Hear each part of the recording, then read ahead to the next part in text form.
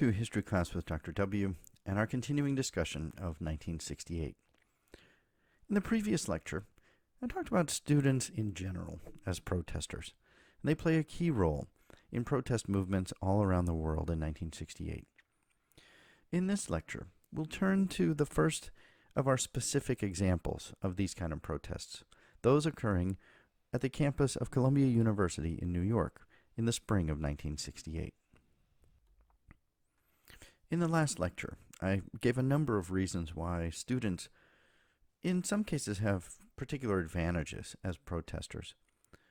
But I should also note that when we talk in particular about the protests of 1968, if we think about the college graduating class of 1968, they were high school seniors when John F. Kennedy was assassinated. I talked in a previous lecture about what a nation-changing and world-changing event that was. They were college seniors here in this spring of 68 about to graduate when Martin Luther King was assassinated. The ongoing war in Vietnam had been going on throughout their entire college careers. The United States also lifted deferment that sheltered graduate students from the draft. So there's a great deal of attention paid by this particular graduating class to their draft status. And by the spring of 1968, there was the sense that the war was coming home. The draft was an overwhelming reality for these students. And as I've mentioned previously, we also have that spring the Tet Offensive and a lot of information about the war previously unknown coming to light in that spring. So while students in general play a role in protest, this particular graduating class of 1968 had a lot of unique kind of qualities. So all of these qualities combined at Columbia University with some unique factors to create these protests in the spring of 1968. So one of the initial sources of contention at Columbia University was the construction of a gymnasium at Morningside Park on the edge of campus. And the geography of this gymnasium is particularly important because it was situated on the slope of a hill at the edge of the campus. And so at the top of the hill was the campus and the university, and at the bottom of the hill was Harlem and the primarily African-American community there. So the way this gym was designed and built was that it went down the slope, and there were entrances both at the top and the bottom. And the bottom portion was going to be designed primarily for African Americans. When the gym was initially designed and construction started, that kind of situation was more acceptable in American society than it was 6 or 7 years later. By 1968, this kind of situation obviously was the source of great protest. And this led to the project drawing the nickname Jim Crow. When I speak the words and you hear them, Jim Crow obviously has a particular connotation, Jim Crow, J-I-M. In this case, the students cleverly called it Jim Crow, G-Y-M, Crow. A clever twist on words. And so the initial protests at Columbia were targeted against that gymnasium and its project, with the first episode being a confrontation on April 23rd, 1968, when student leaders from a number of different organizations actually attacked the construction site at the gymnasium. And you can see on the right-hand side there a picture of some of the students attempting to tear down the chain link fence around the construction site. And so there were leaders from the Students for a Democratic Society, the SDS, and also Columbia University's Student Afro-American Society, the SAS.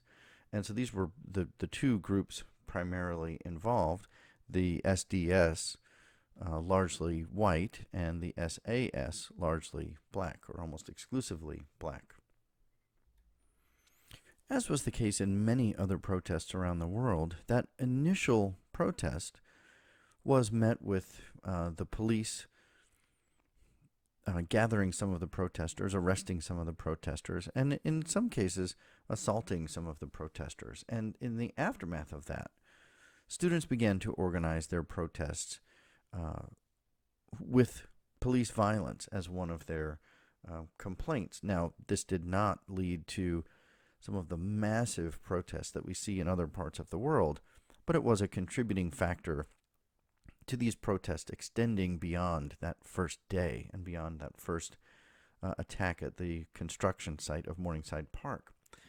In the aftermath of that, the students initially took over Hamilton Hall, which was a building on campus that included many of the administrative buildings and also some classrooms.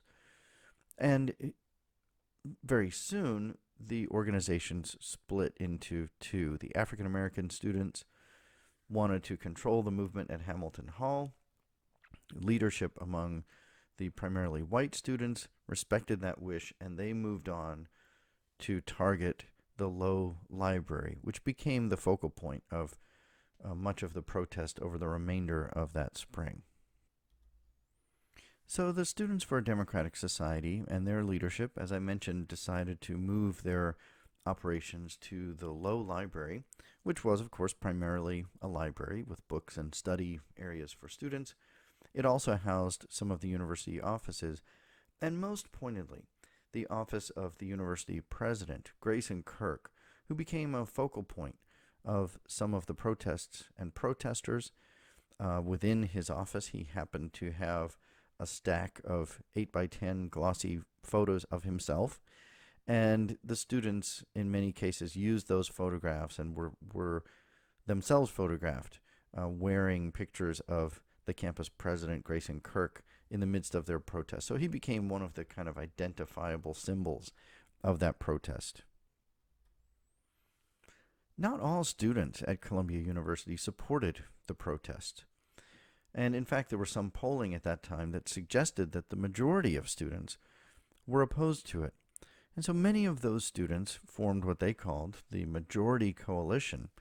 And they actually went to the scene of the protest. They went to the Low Library and formed a perimeter around the building. And you see that in the picture, particularly at the lower left, forming this ring around the library with the intention of not allowing anyone in to assist the protesters and bring them food and supplies as this protest spread out over several days.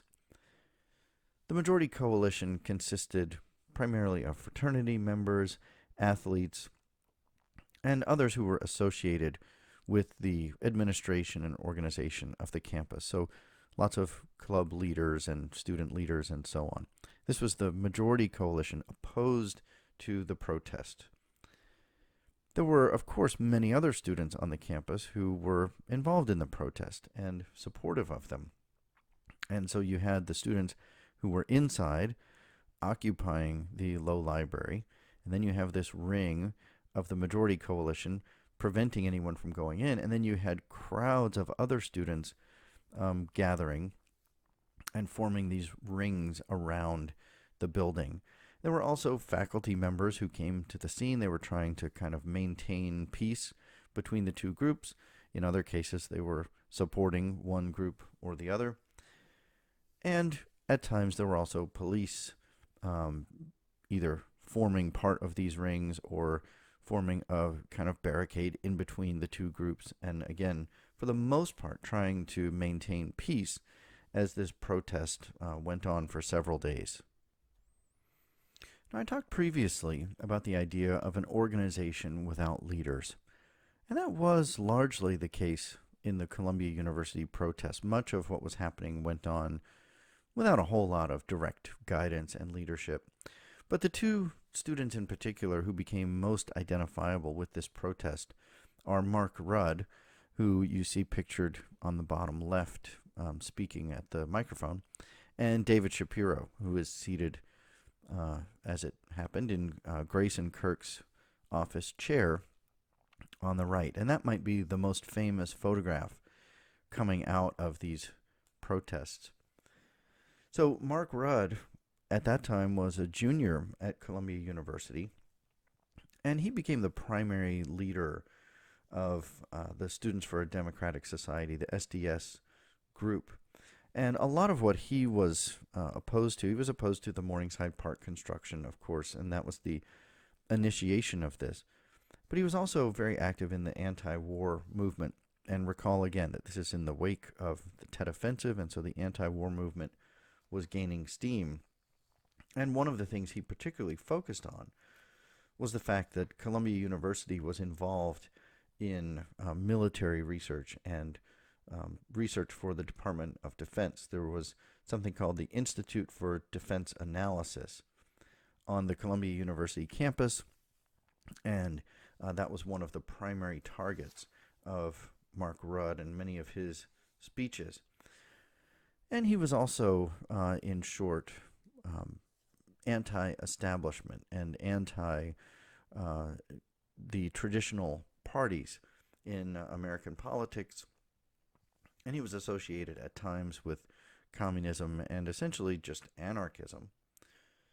In the aftermath of these protests, Rudd became involved with the Weathermen, or the Weather Underground, which became essentially an anarchist group starting in 1969, notorious for sending bombs through the mail at times and just attempting to create chaos. And there was one moment with this group when a bomb that they were working on actually exploded in their clandestine office, their secret office in Greenwich Village, and 3 members of the group were killed. And so at that point, the group more officially went underground, the Weather Underground. The other person associated with the movement is David Shapiro.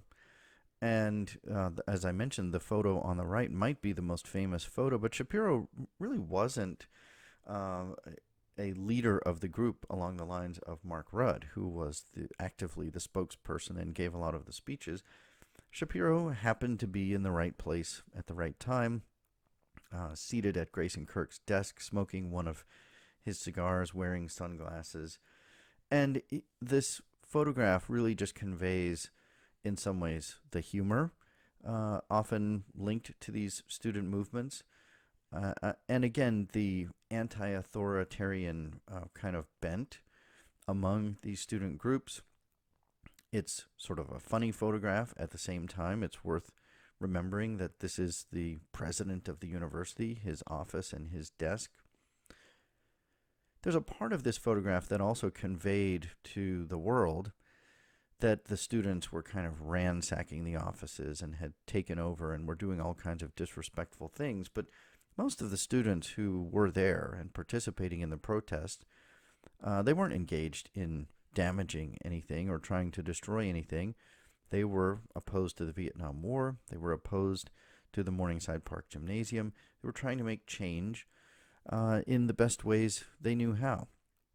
And so as we'll conclude this discussion and we see that many of the offices were left in considerable disarray, or in some cases there was significant damage and destruction, but much of that was done either by the police or in the wake of the police just pulling protesters out of the offices and so on. So the occupation at Columbia went on for about a week, and as I've noted, it attracted great attention on the campus and considerable attention from the local media and even national and global media. But after about a week, authorities had decided it was time to restore order on the campus.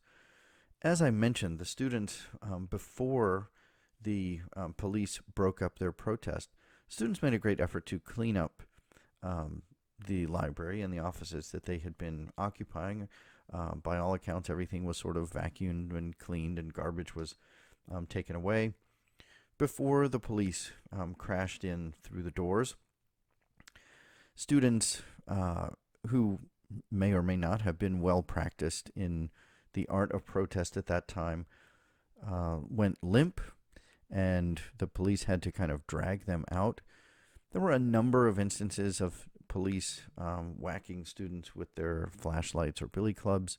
There were a number of very dramatic looking but largely superficial head wounds, like you see the one pictured here, led to a lot of blood and a very dramatic appearance, but not serious injuries. There were a handful of students who were injured. There were also a couple of the policemen who were injured in the course of this, one of whom suffered a broken back when a student either jumped or fell or was thrown from a second-story window and landed on the policeman. As happens in a number of the protests I'll talk about this semester, many of the people who became involved were initially just bystanders. They were drawn to the scene by the action that was going on, but as the breakup of the protest kind of swelled, police activity came to wrap up many of these bystanders as well. And so some of them were arrested just for being on the scene. Some of them were injured in the process. And all told, about 700 people were arrested that night and spent a night or a day or two in jail in the aftermath of this. Clearly, these protests kind of sent the spring semester at Columbia into disarray. There were on again, off and on protests throughout the rest of that spring semester. One of them becoming significant again on May 17th and 18th. Another round of major protests occurred at one of the residential buildings near the campus and challenged, again, what were thought to be racist housing practices there. And that protest, again, resulted in a couple of hundred people being arrested and some similar scenes to the first and larger protest on the campus itself. The protest concluded with the graduation ceremony that spring.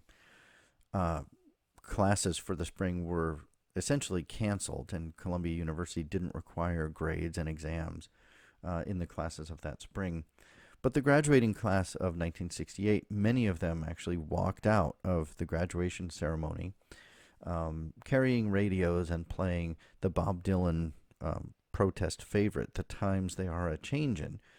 And so that was essentially the conclusion of the protests at Columbia University. Despite the chaos and disruption at times associated with this protest, at the end of the day, they were largely successful in meeting their goals as they were stated at that time. The classified war research at Columbia University was halted.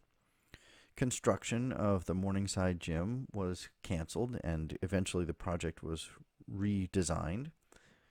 The campus ROTC chapter left for a time, and military and CIA recruiting on the campus was stopped again for a time. So as we survey the protests going on all over the world, what we'll see is that many of them are not nearly so successful in achieving their goals as those at Columbia University. And on a more personal level for some of these protesters, and I invite you to listen to or read. Many of those involved in the protest have left their own accounts, which you can find online. And it creates kind of an interesting relationship between these students and the university that they had committed to and spent years of their lives learning and being taught and eventually getting a degree. There were some students who were suspended or expelled. Mark Rudd was expelled from Columbia for his activism, but most of them eventually got their degrees. And in a sense, there's largely no hard feelings in the aftermath of this. The students weren't even necessarily targeting the university that they, in many cases, loved and were committed to.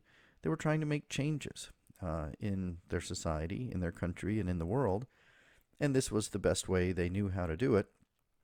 And the university, again, for its part, honored most of the students for the work they had done, granted degrees to those who finished their programs. And with the passage of time, everyone kind of moved on from these protests. So, this gives us a good preliminary example of the nature of student protests and the way some of these things work. As we move on in the next sort of unit of the course, the next several lectures will be turning to international protest, many of which, again, revolve around student protests akin to those at Columbia University. And we'll begin to establish some similarities and some differences as we look at those different protests. Are they as successful as the ones at Columbia University? Are they as peaceful as the ones at Columbia University? And so even though there was a bit of police violence and a few people injured, as we'll see, some of the international protests are far more violent than what is encountered at Columbia University. So for students who are taking this course and beginning to establish in their minds student protests as one of the great themes of 1968, just think about how Columbia University comes to be situated among the many, many student protests happening all over the world in 1968.